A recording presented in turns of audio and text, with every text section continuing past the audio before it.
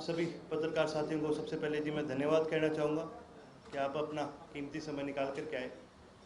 आज की इस प्रेस कॉन्फ्रेंस का हमारा जो मकसद है वो Punjab university, DAV college Chandigarh व खालसा कॉलेज चंडीगढ़ में आने वाले जो छात्र संघ के चुनाव होने जा रहे हैं उनके रिगार्ड में आईएसओ हालांकि एक नई पार्टी है आईएनएलडी स्टूडेंट्स ऑर्गेनाइजेशन, लेकिन कोरोना से पहले भी और कोरोना के दौरान भी हमारे वॉलंटियर्स, हमारे साथी और हमारे छात्र संघ के कार्यकर्ताओं ने दिन रात मेहनत करके यहाँ पर स्टूडेंट्स की आवाज़ उठाने का काम करा।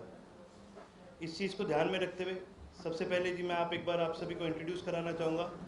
हमारे हरियाणा के स्टेट प्रेसिडेंट अरविंद गोस्वामी जी मेरे राइट पर हैं और मेरे लेफ्ट पर करण चौधरी जी हैं जो हमारे चंडीगढ़ स्टेट के प्रभारी हैं, और उनके लेफ्ट पर जसप्रीत धालीवाल जी हैं जो हमारे चंडीगढ़ स्टेट के प्रेसिडेंट हैं। इन चीज़ों को ध्यान में रखते हुए हमने ये फैसला लिया है कि स्टूडेंट्स के कई सारे इश्यूज़ हैं स्टेट के अंदर जिनको आज के दिन गवर्नमेंट वेटेज नहीं दे रही।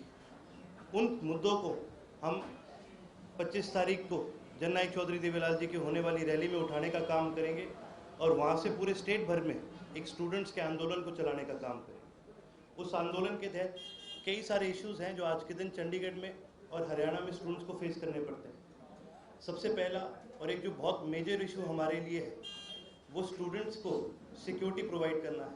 बहुत से ऐसे कॉलेजेस हैं, खास करके प्राइवेट कॉलेजेस हैं, यूनिवर्सिटीज़ हैं जहाँ पर स्टूडेंट्स की सिक्योरिटी पे सवाल उठाए जाते हैं, जहाँ पर स्टूडेंट्स के लिए ना ही एक रेशो के अंदर सही रेशो में गार्ड्स लगाए जाते हैं, और बहुत सारे ऐसे यूनिवर्सिटीज़ हैं जहाँ पर आज भी वर्ल्ड क्लास यूनिवर्सिटीज़ उनको हालांकि उनको दर्जा दिया जाता है लेकिन उनके सिक्योरिटी के लिए कैमराज नहीं लगाए जाते। साथ ही साथ हरियाणा स्टेट के अंदर जब जननायक चौधरी देवीलाल जी ने मुहिम चलाई थी हरियाणा स्टेट के लिए, उनके लिए एक बहुत बड़ा इशू था स्टूडेंट्स के एजुकेशन को एक्सेसिबल कैसे बनाएं। एक्सेसिबल एजुकेशन बनाने का मतलब है कि भी हर वर्ग के साथी के लिए एजुकेशन पाना सरल हो।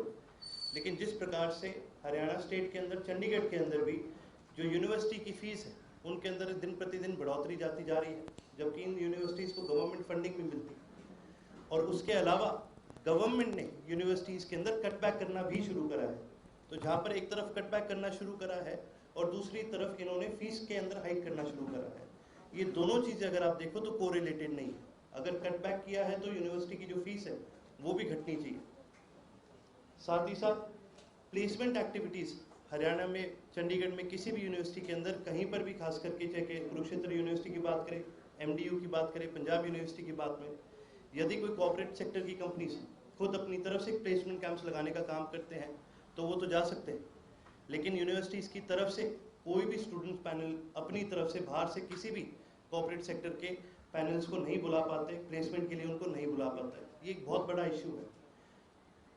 किसी भी यूनिवर्सिटी के अंदर पढ़ाई का एक सबसे बड़ा जो इशू है वो यही है कि भाई कोई भी स्टूडेंट अगर किसी भी यूनिवर्सिटी में जाता है पढ़ने के लिए तो इसी प्रकार से जाता है, वो इसी कारण से जाता है कि कल को उसको एक अच्छी जॉब मिले, अच्छी तरह से प्लेसमेंट मिले। लेकिन अगर उससे कोई भी यूनिवर्सिटी उनका अगर साथ नहीं देती तो उनके लिए वो प्लेसमेंट पाना बहुत दिक्कत की बात है। और ये चीज़ डायरेक्टली कोरिलेट करती है हरियाणा स्टेट के साथ, खास करके क्योंकि आज के दिन हरियाणा स्टेट के अंदर 37.2% अनएम्प्लॉयमेंट है। 37.2% एक बहुत बहुत बड़ा नंबर है, और उसका सबसे बड़ा रीज़न ये है कि आज के दिन जो यूनिवर्सिटीज़ हैं वो एक्सेसिबल नहीं थे। जो स्पोर्ट्स कोटे लगाए जाते थे उन स्पोर्ट्स कोटों को कम करने का काम किया जा रहा है। जो स्कॉलरशिप्स लगाई जाती थी उन स्कॉलरशिप्स को